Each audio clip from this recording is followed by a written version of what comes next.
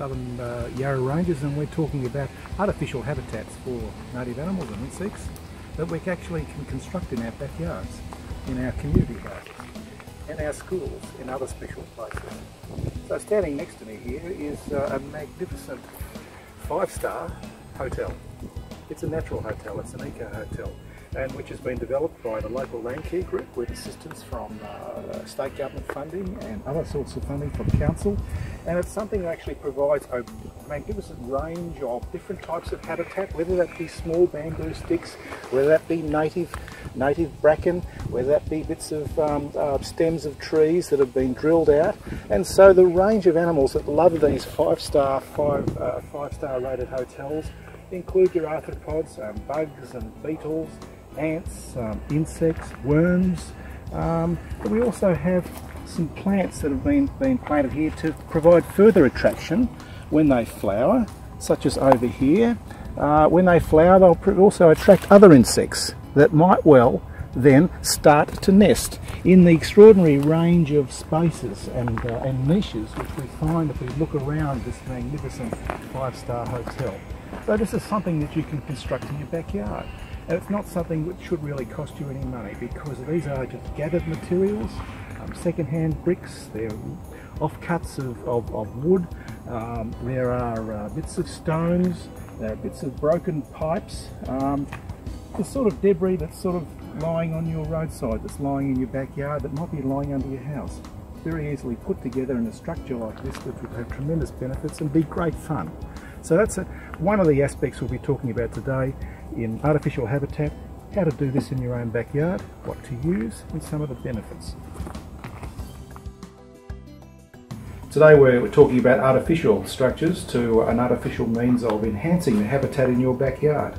Here we are looking at nest boxes, and these are available from the community nursery and other outlets in the Yarra Ranges, and these particular nest boxes have been constructed by the Belgrave Menship, a wonderful not-for-profit organisation in Belgrave. And here we have a range of boxes that are providing for different types of local native fauna. First of all, the microbat, probably one of the smallest fauna that actually use artificial nest boxes in the hills, microbats. And these are only probably about 50 to 75 millimetres across, and so you can sort of see that there's a very tiny entry into the bottom of the box, and you can see also that there's mesh that's been put there so that the animal can actually grab into the mesh and enable it to climb up. And so these are specially designed to suit the needs of each animal. Inside the box there's a range of steps, and so they can climb up the steps because they can't fly obviously in the box, and that's a very safe means of protecting microbats from larger predators. Moving on, we have one of the other delightful animals of the Mornington of the region, and that's of course sugar gliders. And again, they provide obviously a very specific type of entry, and we have a very small hole at the top of the box, and you can sort of see how these ridges here enable the actual animal to climb up. They fly, these sugar gliders, you can see in their name, they're gliders, they fly to the box and they'll crawl up and get inside the hole. And so to help ensure that these boxes really perform to their maximum, ideally they need to be inspected a few different times of the year. And one of that reasons is because the boxes can sometimes be invaded by introduced birds such as Indian miners, and they can also be invaded by bees and wasps. And so it's good to sort of inspect those boxes to try and make sure that the boxes are actually being occupied by those special animals, which are very important. And so moving on, we have brush-tailed possums, which of course are a larger animal, and so that explains why there is a larger hole at the top, quite a different size hole.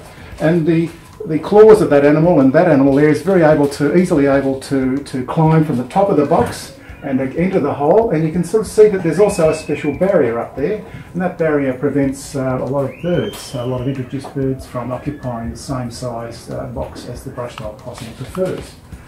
So moving on, we've also got, of course, these boxes vary in size.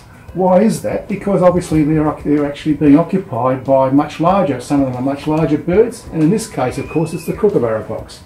And you can sort of see that the volume of that box and the entry to that box sort of it mimics the sort of hollow in a tree, and so the bird, the kookaburra, thinks this is a tree hollow, and they happily use those boxes. So the question you might ask is, do these boxes, have they got a successful record of being occupied by these animals? And the evidence is that they are very successful in providing for artificial homes for animals that rely on hollows. As we lose our hollow-bearing trees in the Dandenong Ranges, as we lose them over time, as they naturally die, these are essential if you want to try and maintain many of these sorts of animals in your backyard. So I recommend that you might think about buying these, either directly through the men's shed or through the nursery, as an aid to making your garden wildlife friendly.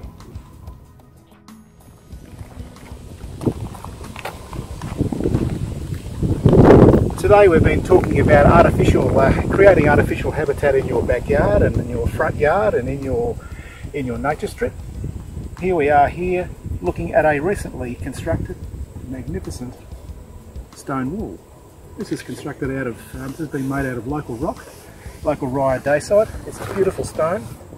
And you say here, how does this provide for our native wildlife? Well, these rock walls are wonderful because on a day like today in autumn, they actually provide for a heated surface. They provide like an oven, a solar powered oven for a range of animals that don't have a natural warming system in their body. They don't get cold-blooded. That particularly is the reptiles. And so you'll get your blue-tongued lizards and your skinks that love to live in these crevices, underneath, above and behind and between.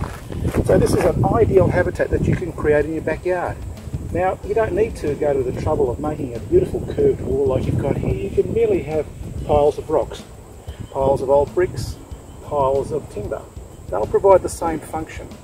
So what I recommend is have a think about creating these in your backyard and your front yard. But you can also, of course, create an artificial habitat like this made out of logs and pieces of timber. So we've talked about a range of techniques for having artificial habitat in your backyard. All very important, all very simple, all low cost. So I recommend have a think about that when you this weekend when you're out in the garden with the children. This has been another Eco Life presentation for Yarra Ranges Life TV.